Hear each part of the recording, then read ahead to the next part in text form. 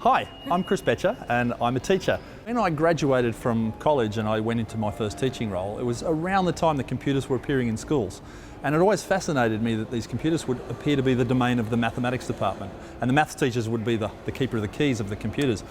And that struck me as very odd, because to me computers weren't just about mathematics, they were about ideas. They were about exploring interesting ideas or finding tools to let you investigate your world and play with ideas. So when I left art teaching, I actually went and did some other things, drove a cab and some crazy things, and went back to teaching eventually. And when I got that next teaching job, the principal said to me, "Would you mind teaching some computers?" And I went, "That'd be great, I'd love to do that." And so we ended up doing programming, because like back in the day, if you wanted to make a computer do something interesting, you kind of had to tell it how to do that. And so it was a necessity for me to learn how to write code.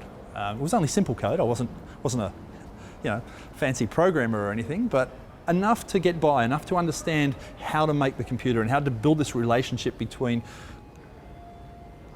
developing agency over the machine, so that it wasn't just simply me sitting in front of a computer just acting out some program that someone else had written, but rather having some sort of agency over it, that I felt like I was in control. And that's really made all the difference in, I think, the mindset and the way I look at the way technology gets used in classrooms.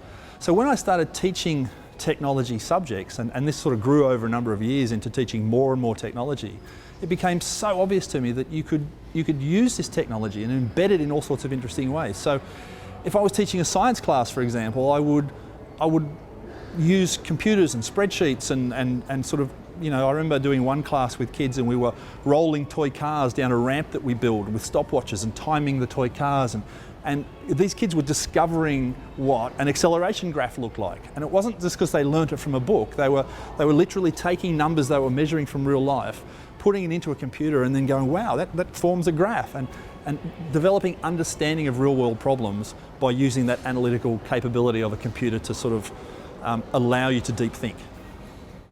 One of the phrases you hear often when you talk about coding with kids is this idea of computational thinking, and it's a phrase that I think gets lost in the conversation sometimes, in that it's not about learning to code.